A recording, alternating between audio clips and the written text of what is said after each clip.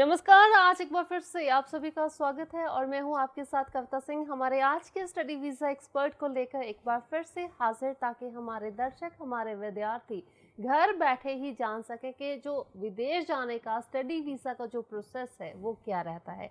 और कई हमें जैसे क्वेश्चन जो हैं वो हमें फेसबुक पे भी आते हैं और साथ ही यूट्यूब चैनल लैंडमार्क इमिग्रेशन को उसे ज़रूर सब्सक्राइब कीजिए। कई कमेंट जो हैं हमें ये आते हैं, अक्सर जो देखने को सुनने को मिलते हैं कि मैं किसी कंसल्टेंट के पास गया, वो कुछ और बता रहा है, किसी और के पास जाता हूँ तो वो कुछ और इन्फॉर्मेशन मेरे को देता है। तो कहीं ना कहीं जो हमारे स्टूडेंट्स हैं वो मिसगाइड हो रहे हैं स्टडी वीज़ा को लेकर। तो यही मिसगाइड जो है आज हमने क्लियर करनी है कि कौन सी वो बातें हैं, कौन से वो पॉइंट्स हैं जिन्हें ध्यान में रखकर हम अपना विदेश जाने का सपना पूरा कर सकते हैं। तो सर इसमें हमारी ज़रूर मदद करेंगे, तो इनसे जानते हैं। तो सर सबसे पहले स्वागत है आपका। Hello everyone. तो जिसमें से जैसे मैंने अभी डिस्कस किया कि ऐसी कई बातें जो अगर हम वेबसाइट पर देखते हैं तो वहाँ पर नहीं है कनेडियन गवर्नमेंट की, बट अगर कंसल्टेंट के पास जाते हैं तो वो कुछ ना कुछ हमें ऐसा बता देते हैं कि हमें खुद कंफ्यूज हम हो जाते हैं कि वाकई में क्या चीज़ सच है और कौन झूठ बोल रहा है। तो लाइक इस मिसलीड से जो हमें किया जाता है उससे बचाव कैसे करना है, कैसे बच सकते हैं? इस शो करने की वजह यही है कि लैंडमार्क इमिग्रेशन हमेशा ही स्टूडेंट्स को 100% जेन्युइन वीज़ा गाइडेंस देता है, जी 100% ट्रांसपेरेंसी रखता है, क्लाइंट्स को हमेशा बताता है कि स्टेप वाइज प्रोसेस क्या होता है। अगर आप हमारे शोज़ देखें तो हमने पूरे Canada study visa, Germany study visa, UK study visa के प्रोसेस हमारे शोज़ में डिस्कस किए हुए हैं। सो आप पूरी इन्फॉर्मेशन के लिए हमारे यूट्यूब चैनल को सब्सक्राइब कर सकते हैं, आप हमारे फेसबुक पेज को लाइक कर सकते हैं। सो हमारे यूट्यूब चैनल पे मोर देन 1700 वीडियोज़ हैं जी। सो इतने सारे वीडियोस हैं कि अगर आपकी प्रोफाइल मेरे हिसाब से 100% होगा कि किसी न किसी स्टूडेंट से मैच ज़रूर करती होगी। सो वीडियोस डालने का ये पर्पज़ रहता है हमारा कि स्टूडेंट को पता लगे कि हमारे लेटेस्ट वीज़ाज़ कितने लग के हैं। जी बिल्कुल। और जो हमारे फेसबुक पेज पे there are more than 7000 videos, जिसके अंदर कॉलेज के वीडियोस हैं, कॉलेज रिप्रेजेंटेटिव्स के वीडियोस हैं, कॉलेज की बिल्डिंग्स के वीडियोस हैं, कॉलेज के इंफ्रास्ट्रक्चर के वीडियोस हैं, मैं कनाडा, जर्मनी, यूएसए विजिट करता रहता हूँ उसके वीडियोस हैं। Kindly go through that information which will be very useful for you if you are looking forward to studying abroad. So we always want to give you good information which should save you from misguidance and misleading from any consultant. जी। So अगर बात करें कि first point क्या होता है कि student Canada पढ़ने जाना चाहता है और कंसल्टेंट कहता है कि आपको फंड शो करने पड़ेंगे। तो सबसे बड़ा पॉइंट है फंड शो। सो मैं हर बार अपने शो में आके बताता हूँ कि कनाडा स्टूडेंट वीज़ा में अगर आपने पूरे साल की फीस भर दी है और GIC के पैसे भर दिए हुए हैं, आपको कोई फंड शो करने की ज़रूरत नहीं है। सो स्पेशली मैं आज इसलिए शो कर रहा हूँ, कल मैं 3 स्टूडेंट से मिला जिनका वीज़ा रिफ्यूज़ था। तीनों ने इकट्ठे अप्लाई किया और उनसे फंड शो के नाम पे लाखों रुपए लिए गए। एग्जैक्टली जी। सो पहला पॉइंट है फंड शो। ठीक है। सो कनाडा में कोई भी फंड शो की जरूरत नहीं है। सारे ये बात ध्यान से नोट कर लें। कोई भी कंसल्टेंट अगर आपको कहता है कि आपको फंड शो करने हैं कनाडा पढ़ने जाने के लिए, तो वो आपको मिसलीड कर रहा है, गलत इंफॉर्मेशन हो गई वो। ठीक है। कनाडा स्टूडेंट वीजा के लिए फंड शो जरूरत नहीं है। ठीक है। यूएसए के लिए जरूरत है, ऑस्ट्रेलिया के लिए जरूरत है, न्यूजीलैंड के लिए जरूरत है, जर्मनी के लिए भी जरूरत नहीं है। जी जी। तो कनाडा स्टूडेंट वीजा में आपको पूरे साल की फीस जमा करानी है और अगर पूरे साल की नहीं जमा करा सकते तो 6 महीने की फीस जमा करानी है और आपको GIC अकाउंट खोलना है। GIC अकाउंट में $10,200 जमा कराने हैं। तो आप ये दोनों अगर आपने करा दिए तो आपको फंड शो नहीं करने। जो भी आपके पेरेंट्स की बैंक स्टेटमेंट्स हैं, अगर वो सैलरीड हैं तो उसकी बैंक स्टेटमेंट, अगर वो फार्मर हैं तो उसकी बैंक स्टेटमेंट, अगर वो कोई भी बिजनेस करते हैं तो उसकी बैंक स्टेटमेंट आप अटैच कर सकते हैं। कोई ऐसी रिक्वायरमेंट नहीं है कि आपको इतने लाख का फंड शो करना है। सो पहली सबसे बड़ी चीज है फंड शो।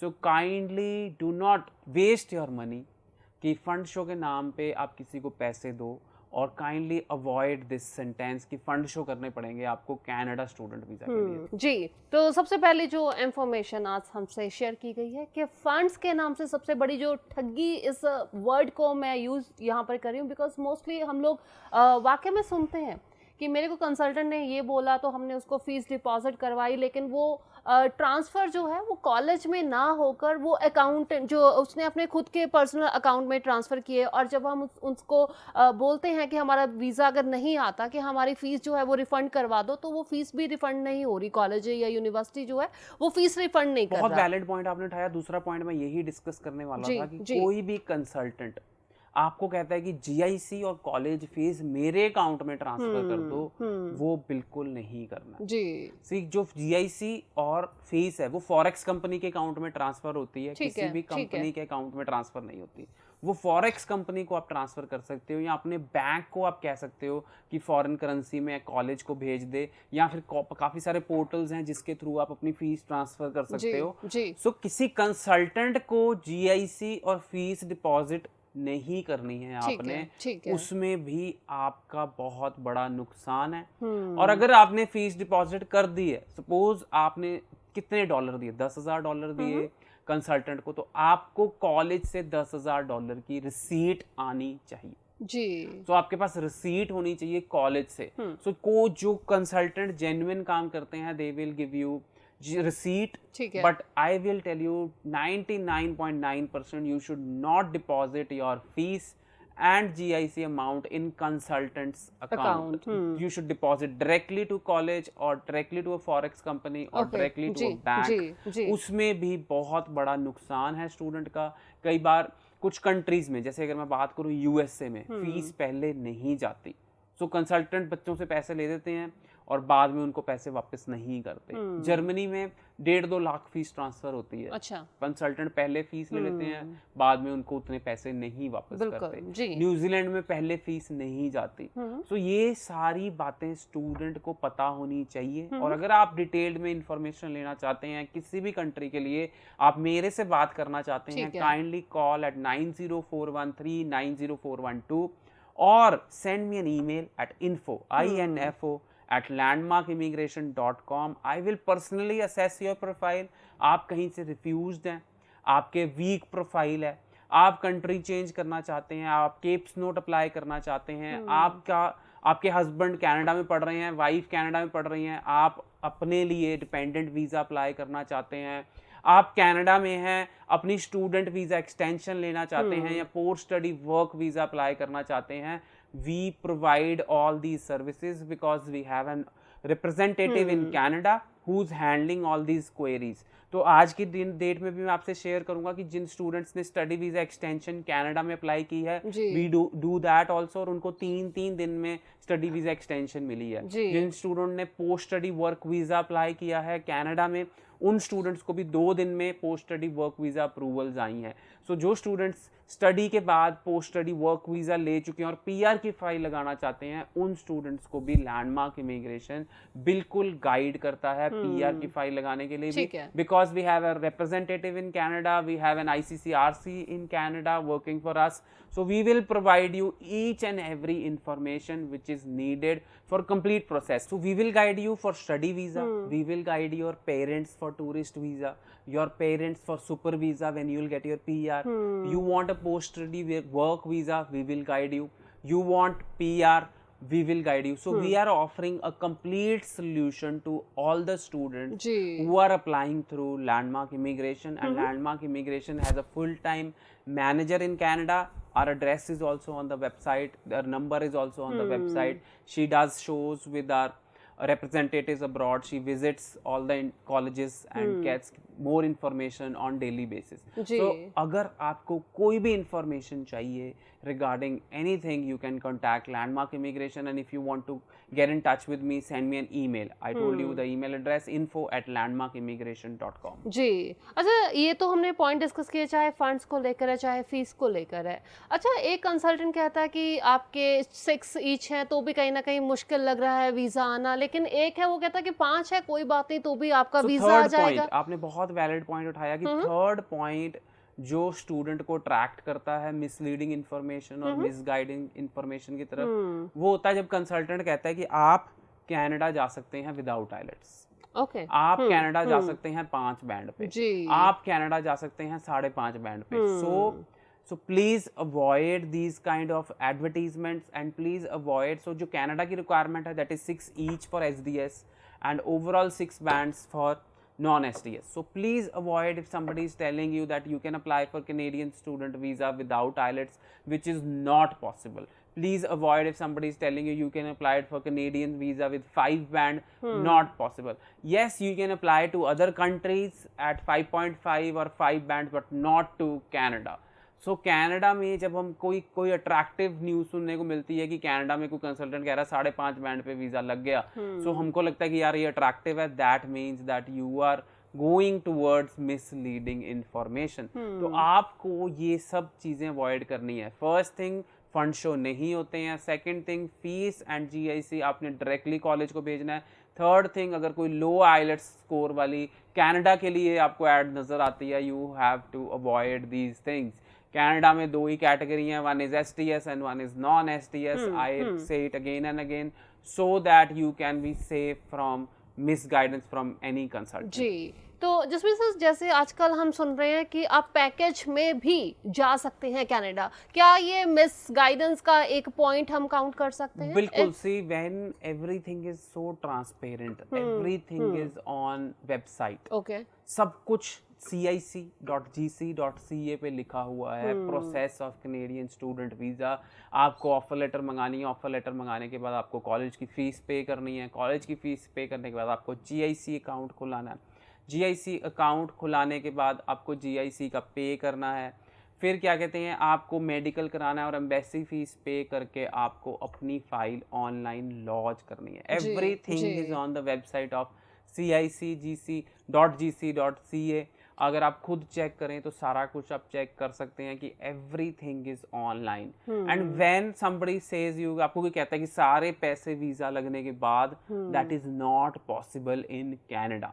और अगर ऐसा है भी तो सिर्फ मैं कहूँगा कि 100 में से 1 वीज़ा ही लग के आता होगा. सो पहले सारे पैसे देना पड़ते हैं कैनेडियन स्टूडेंट वीज़ा के लिए.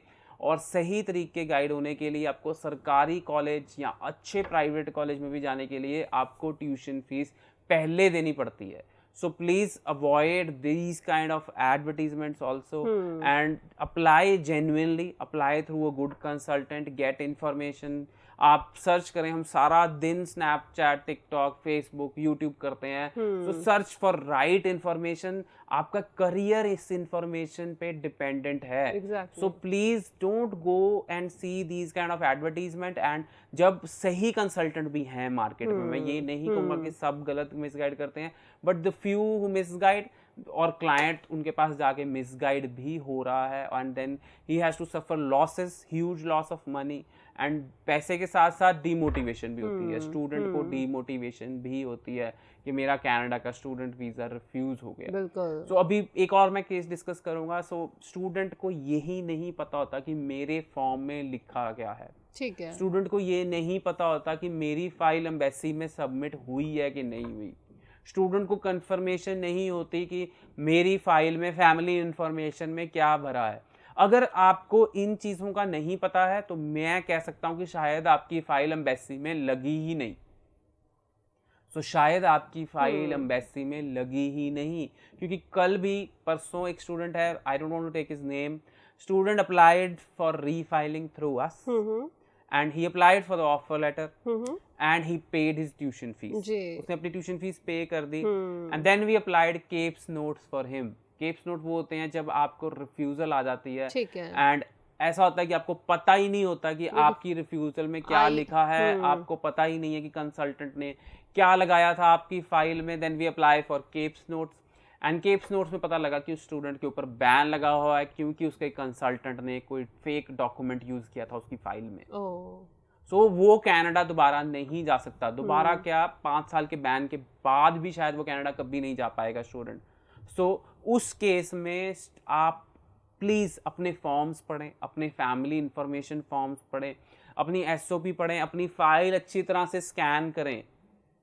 पता होना चाहिए आपको अपनी फाइल में क्या लगा है और कंफर्मेशन आनी चाहिए आपको कि आपकी फाइल एम्बेसी में लग चुकी है. सो अगर स्टूडेंट ने फीस भी भर दी पर उसको यही नहीं पता था कि उसके ऊपर स्टूडेंट वीज़ा बैन है, सो बहुत सारे स्टूडेंट ऐसे होते हैं जिनकी वो मिसगाइड किया जाता है, उनको पता ही नहीं होता उनकी फाइल में लगा क्या है। Please take care of your forms, take care of your family information और जो भी आपकी फाइल में लग रहा है, क्योंकि प्रोफाइल आपकी है, कंसल्टेंट की नहीं है।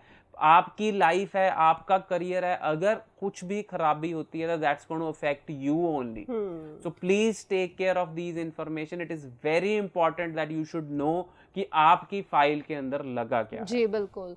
अच्छा, जैसे हमने कुछ पॉइंट्स डिस्कस किए हैं जिनसे कि हमें मिसगाइडेंस हमें मिलती है, तो कोई और कुछ पॉइंट आपको लगता है जिसकी वजह से स्टूडेंट्स को गलत इंफॉर्मेशन दी जाती है? गैप शो, जैसे कि स्टूडेंट 2 साल की पढ़ाई में वो he was giving an entrance exam, he was helping his father in his business, he was choosing a country to study abroad. बच्चे को पता ही नहीं चला कि 2 साल उसकी पढ़ाई के बाद गैप हो गया, 3 साल उसकी पढ़ाई के बाद गैप हो गया, या 5 साल की उसने जॉब की है। सो गैप शो के नाम पे भी consultant charges huge amount of money. So we will not guide you for any kind of fake experience letters, fake justifications. See, there are many ways to cover your gap genuinely, where you can say that I was giving some entrance exams, where you can say that I was deciding on the country where I have to study, where you can say that I was helping my father in his business. So there are many ways in covering your gap or but you should not pay huge amounts for fake experience certificates, क्योंकि कल को ban लगता है, refusal आती है, तो वो आपकी प्रोफाइल खराब होती है। सो गैप शो के नाम पे भी बहुत सारे पैसे चार्ज किए जाते हैं स्टूडेंट से। So please do not pay these amounts to any consultant for these kind of thing. Do not pay anybody for fund show, do not pay anybody to cover your gaps, do not pay your college fees or your GIC to any consultant. Do not just blindly faith your consultant. Go through your forms, go through your family information, go through your SOP. ये सारी चीज़ें आपकी खुद की हैं, आप पैसे खर्च कर रहे हैं पढ़ाई करने के लिए, आपके पेरेंट्स के मेहनत के पैसे हैं जो पढ़ाई के लिए आप लगाना चाहते हैं। So please take care of all these things. जी, तो जिसमें से हम कुल मिलाकर ये बोल सकते हैं कि इन सभी गलत इंफॉर्मेशन की वजह से ही हमारा वीजा जो है वो रिजेक्ट हो रहा है। सी वीजा भी रिजेक्ट होता है, करियर भी खराब होता है, और कुछ केसेस में बैन भी लगता है। सो 5 साल का बैन है। मेरे को नहीं लगता कि 5 साल के बाद भी स्टूडेंट कनाडा जा पाएगा, बिकॉज वंस अगर आपने एक बार गलत डॉक्यूमेंट शो किया है, फेक डॉक्यूमेंट शो किया, आप समझते हैं कि आपको दोबारा एंट्री देगा वो कंट्री? कनाडा क्या, यूएसए भी नहीं जा सकते, because Canada and USA share their information. So students को मेरी यही एडवाइस है कि प्लीज अपनी फाइल आप खुद पढ़ें, अपना कोर्स कॉलेज सेटिस्फाई हो, जो कोर्स आप करना चाहते हैं उसी कोर्स में अपना स्टूडेंट वीज़ा अप्लाई करें। जो आप कोर्स ख़त्म करना चाहते हैं, आपको कल भी एक colleague girl was from Bathinda, ठीक है, so she had 7 bands, 65%, but refused. So हम बात करते हैं कि 6 ईच पे वीजा आता है, वेयर एज अगर आप मेरा फेसबुक पेज खोलें, वेयर एज आप हमारा यूट्यूब चैनल खोलें, daily we are posting testimonial of a student with 1 module 5.5 band or 2 module 5.5 bands, and on the other hand एक लड़की है जिसके 7 बैंड हैं और उसका केस रिफ्यूज हो गया। सो इसलिए हुआ क्योंकि उन्होंने फाइल नहीं पढ़ी अपनी कि उसकी फाइल में लगा क्या है, इसलिए हुआ कि पता ही नहीं है कि कौन से कोर्स में अप्लाई किया है, इसलिए हुआ कि हम सोचते हैं कि हमारे 7 बैंड हो गए और हमारा केस रिफ्यूज नहीं होगा और हम ओवर कॉन्फिडेंट हो गए। So please don't get overconfident. So there are good profiles also getting refused, and there are weak profiles getting visas because of these mistakes what we make. So students को मेरी यही advice रहेगी that you have to choose your consultant very carefully. You have to choose your college very carefully. You have to choose your course very carefully. You have to choose your city very carefully to get visa for Canada, because It is not now the same scenario what it was 2 years ago. Exactly जी बिल्कुल। तो जैसे आज हमने discuss किए हैं कुछ ऐसे points जिनकी वजह से हमारा वीज़ा जो है वो रिफ्यूज हो जाता है, तो फिलहाल इन बातों को बहुत ही सोच समझ कर अपने दिमाग में बिठाकर ही हमने अप्लाई करना है, चाहे आप फिर किसी भी कंसल्टेंट के पास क्यों नहीं जा रहे हैं। बट फिलहाल अगर आपको लैंडमार्क इमिग्रेशन की सक्सेस चाहिए तो नंबर आपकी स्क्रीन के ऊपर, जल्दी से इन नंबरों को डायल कीजिए। आप इनकी अपनी जो बात है इनके साथ शेयर कर सकते हैं। इनका फेसबुक पेज, वहाँ पर भी आप अपने नंबर समेत अपना सवाल जो है वो ज़रूर छोड़िएगा, और साथ ही साथ हमारा यूट्यूब चैनल इसे सब्सक्राइब करना बिल्कुल मत भूलिएगा। तो फिलहाल जसमीत सर, जैसे तो आपने ये पॉइंट्स आज हमें गिनवाए हैं जिनको ध्यान में रखकर ही हमने अप्लाई करना है। आई वांट कि एक बार आप प्रोफाइल जो है ज़रूर बता दीजिए, स्पेशली जब हमने कनाडा में अप्लाई करना है, कॉलेजेस जो है वो कौन सी प्रोफाइल को कैसे एक्सेप्ट करते हैं, क्या देखते हैं, और अगर हम यूनिवर्सिटी में अगर एडमिशन लेते हैं तो उनकी रिक्वायरमेंट जो है वो कैसे देखते हैं, प्रोफाइल जिसे एक्सेप्ट करते हैं। सी कनाडा में 2 ही प्रोफाइल्स हैं, one is STS and one is non STS। STS category में आप 6 ईच के साथ गवर्नमेंट कॉलेजेस, गवर्नमेंट यूनिवर्सिटीज़ में अप्लाई कर सकते हैं। कुछ यूनिवर्सिटीज़ की रिक्वायरमेंट 6.5 होती है, so then you have to do ESL, and कुछ यूनिवर्सिटीज़ की रिक्वायरमेंट 6 ईच है। सो SDS अगर आपके 6 ईच एंड मोर हैं तो आप यूनिवर्सिटीज़ या कॉलेजेस में अप्लाई कर सकते हैं। और अगर आपके ओवरऑल 6 बैंड हैं, हम बात करते हैं उन स्टूडेंट्स की जिनके पास एक मॉड्यूल में 5.5 है, 2 मॉड्यूल में 5.5 हैं, सो वो भी यूनिवर्सिटीज़ और कॉलेजेस में अप्लाई कर सकते हैं। बट उनके पास जो ऑप्शंस हैं वो थोड़ी लिमिटेड हो जाती हैं। कुछ कॉलेजेस 5.5 बैंड 2 मॉड्यूल्स में एक्सेप्ट करते हैं, और कुछ कॉलेजेस 5.5 बैंड 1 मॉड्यूल में एक्सेप्ट करते हैं। बट यूनिवर्सिटीज़ 2 मॉड्यूल में 5.5 बैंड सारी एक्सेप्ट करती हैं, बिकॉज ESL लगता है यूनिवर्सिटी में या EAP लगता है। ESL मतलब इंग्लिश की प्रिपरेशन हम करते हैं, या फिर EAP यानी कि इंग्लिश फॉर एकेडमिक पर्पस की हम ट्रेनिंग करते हैं।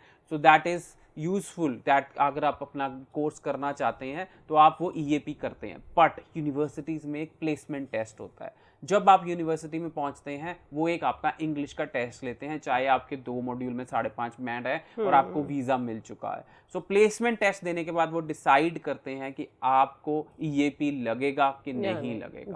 अदरवाइज अगर आपका प्लेसमेंट टेस्ट अच्छा होता है then you can study directly into academic course. Great, so बहुत बहुत शुक्रिया आपका, thank you so much sir.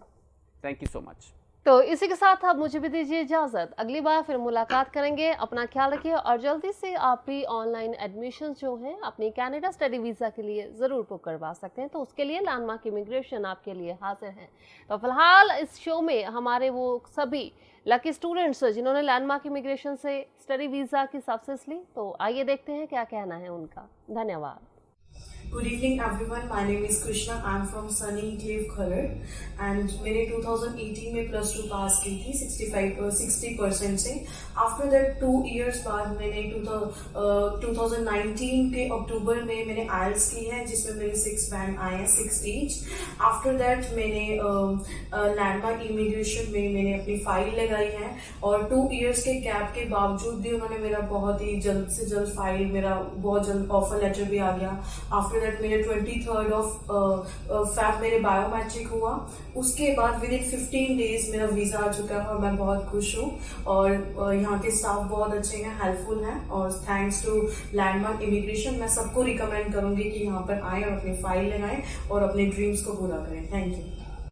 Hello everyone, I Khushpreet कौरबेट from Hoshiarpur and he's my husband, and we recently got married and I today got my visa.